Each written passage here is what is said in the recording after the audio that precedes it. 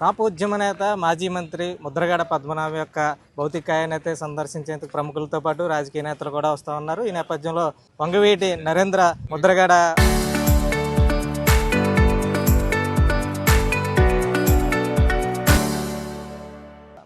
పద్మనాభం యొక్క భౌతికాయాన్ని అయితే సందర్శించేందుకు, నివాళులు అర్పించేందుకు కూడా ఆయన వచ్చారు. ఆయనతో మాట్లాడే ప్రయత్నం చేద్దాం. సార్ చెప్పండి, ముద్రగడ గారు కాపుల కోసం ఎన్నో ఉద్యమాలు చేశారు, ఎంతగానో ఆయన పోరాడిన పరిస్థితి ఉంది.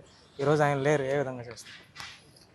అంటే ముద్రగడ గారిని కాపుల కోసం పోరాటం చేశారు అనే దానికన్నా ముఖ్యంగా ఏంటంటే రాజకీయంగా వాళ్ళ కుటుంబం చాలా రాఘవ గారి దగ్గర నుంచి, వాళ్ళ నాన్నగారి దగ్గర నుంచి, తర్వాత ఆయన సుదీర్ఘ రాజకీయ జీవితాన్ని అందరికీ సమానంగా పంచే విధంగానే ఆయన ప్రయాణం సాగింది.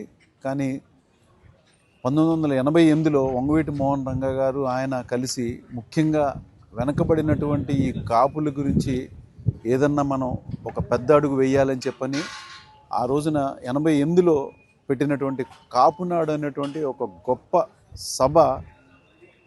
ప్రజలు ఎవరు కూడా అప్పుడు రాజకీయ పార్టీలు కానీ అన్నీ కూడా నివ్వెరపోయే విధంగా ఆ రోజున జరిగినటువంటి ఆ సభ, దాని నుంచి వేసినటువంటి అడుగులు కానీ అప్పుడు తీసుకున్నటువంటి ఒక నిర్ణయాలకి అనుగుణంగా రంగా గారు చనిపోవడం, కానీ ముద్రగడ గారు మాత్రం దాన్ని ముందుగా తీసుకెళ్లే దిశగానే ఎన్నో అడుగులు వేశారు. వెనుకబడినటువంటి ఈ కాపులని బీసీలుగా చేరిస్తేనే వాళ్ళ యొక్క భవిష్యత్తు బాగుంటుందని చెప్పని వాళ్ళు తీసుకున్నటువంటి నిర్ణయానికి కట్టుబడి ఆయన రాజకీయ జీవితాన్ని కూడా పక్కన పెట్టి కాపులని ముందుకు తీసుకెళ్లే దిశగా ఆయన చేసినటువంటి ప్రయత్నం, ఆ కాపు ఉద్యమం 2016లో ముఖ్యంగా ఏదైతే ఈ కాపులను అడ్డుపెట్టుకుని అధికారంలోకి వచ్చినటువంటి చంద్రబాబు నాయుడు ఆయన మేనిఫెస్టోలో కాపుల కోసం నేను బీసీల్లో చేర్చే విధంగా ముందుకు వస్తాను, మీ అందరికీ కూడా న్యాయం చేస్తానని అబద్ధపు మాటలు చెప్పి పక్కదోవ పట్టినటువంటి ఆయన్ని నిలదీసిన ముద్రగడ గారు ఆ రోజున చేసిన ఆ ఉద్యమం యొక్క అనేక ఫలితాలు, తర్వాత అది కాపు కార్పొరేషన్గా కానీ, తర్వాత ముఖ్యంగా అసలు కాపులు అనేవాళ్ళు లేకపోతే రాజకీయాల్లో మనం మనుగడ లేదని రాజకీయ పార్టీలన్నీ కూడా తలించాయి దిశగా అడుగు వేసినటువంటి ఒక మహానాయకుడు.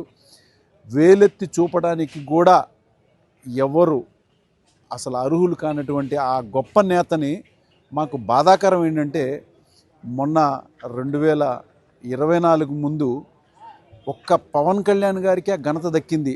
ముద్రగడ గారిని అవమానించినటువంటి ఘనత ఒక్క పవన్ కళ్యాణ్ గారికి దక్కింది. ఎందుకంటే మా పార్టీలో మీలాంటి నాయకులు రావాలి అని చెప్పని మాట్లాడి ఆయనని పక్కకి మాకు అవసరం లేదని చెప్పని ఆయన రాజకీయ లబ్ధి కోసం ఆయన చేసినటువంటి నిర్ణయాలు నిజంగా ఆయన అవసరాల కోసం ముద్రగడ గారిని వాడుకున్నారు. కానీ ముద్రగడ గారు ఏ రోజు కూడా స్వార్థం కోసమో ఎప్పుడు కూడా రాజకీయాలను వాడుకోలేదు. ఆయన కేవలం ప్రజలకి అందరికీ కూడా అందుబాటులో ఉన్నారు. అట్లానే ముఖ్యంగా కాపుల కోసం కూడా ఆయన జీవితాన్ని త్యాగం చేశారని చెప్పారు. అలాంటి వ్యక్తి వాళ్ళ లేరని తెలుసుకుంటే రాష్ట్రం అంటే తెలుగు రాష్ట్రాల్లో మొత్తం కూడా ఆయన రాజకీయ యొక్క ఏంటి ఆయన ప్రస్థానం అనేది అందరికీ తెలుసు. చాలా బాధాకరంగా ఉంది. ఇక చివరి చూపుగా మేమందరం కూడా ఒక మహానేతను కోల్పోయాం కాబట్టి ఆయన ఆశయాలను ముందుకు తీసుకెళ్ళాలి. చివరిగా ఆయన చివరి చూపును కూడా చూసుకోవడానికి అందరం కూడా రావడం జరుగుతుంది. అంటే ముద్రగడకి సంబంధించిన అంత్యక్రియలు కూడా ప్రభుత్వ లాంఛనాలతో చేస్తామంటూ కూడా చెప్పడం మీరు ఏ విధంగా చూస్తారు? అంటే ఎట్లా ఉంటుందంటే చంద్రబాబు నాయుడు రాజకీయం అంతా ఏంటంటే అండి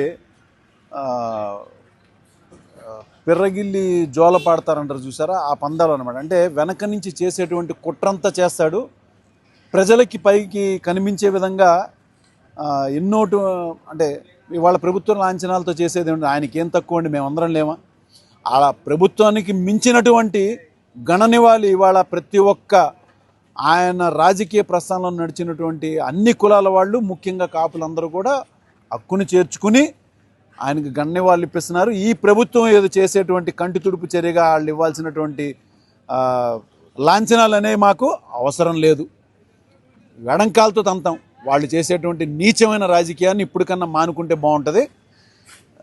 చేయాల్సిన నీచమైన పనులు ఆయన ఆ రోజున ఉద్యమం చేసేటప్పుడు నిలదీసి ఆయన అన్ని రకాలుగా ఆయనని ఆయన సతీమణిని పెట్టినటువంటి ఇబ్బందులు రాష్ట్రం మొత్తం చూసింది. దేశం మొత్తం కూడా ఇప్పుడున్నటువంటి కమ్యూనికేషన్ వల్ల దేశం మొత్తం కూడా తెలిసింది.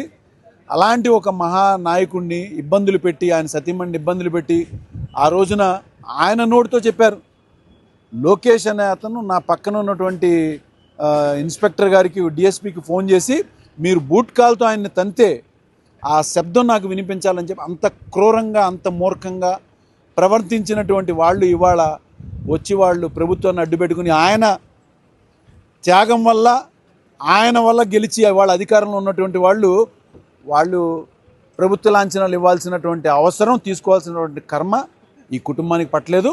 మేమందరం మా యొక్క ప్రేమాభిమానాలతో ఆయనని ఎంతో ఘనంగా తీసుకెళ్తామని చెప్పని మేము తెలియజేసుకుంటాం. ముద్రగడ ఆశయాలకు అనుగుణంగానే కొంత నడుస్తామని, అలాగే ప్రభుత్వ లాంఛనాలు అంటే కంటి తుడుపు కోసం అయితే ఈ యొక్క సీఎం చంద్రబాబు చేసే ప్రభుత్వ లాంఛనాలను కూడా మాకు అవసరం లేదని, ఎందుకంటే గత ప్రభుత్వంలో పలు రకాలుగా ఇబ్బందులకు కూడా గురి చేశారు. అలాంటి చేసిన వీళ్ళు ఈరోజు ప్రభుత్వ లాంఛనాలు అనేది చేయడం అనేది కూడా అవసరం లేదని, అంత కర్మ ముద్రగడ కుటుంబానికి పట్టలేదని చెప్పేసి కూడా వంగవీటి నరేంద్ర చెప్తున్న పరిస్థితి ఉంది.